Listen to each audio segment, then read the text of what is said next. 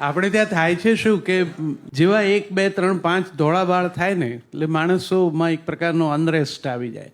એ લોકો એને કેવી રીતે કાળા કરવા, પછી એના જાણકારોને પોતાના મિત્રોને ફોન કરે.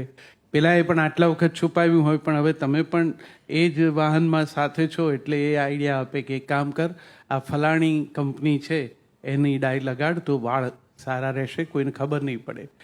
મને હંમેશા એમ લાગે છે કે જેનું પોતાનું નામ ડાય છે એ કેટલું જીવાડે.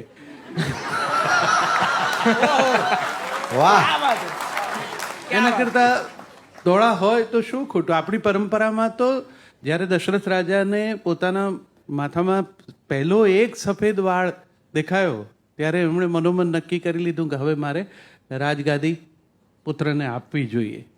હવે વર્તમાન જરા જુદો છે, જેમને માથે એક પણ વાળ ના હોય એને પણ ગાદી ન છોડવાનું મન થાય. ભાઈ આ તો તમે માઇક ઉપર ડ્રોપ કરી દીધું આખું આમ.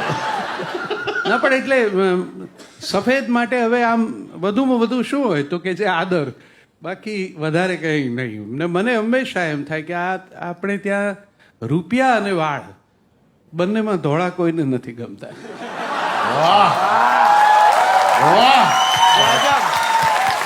ખિલખિલાટ કસાવે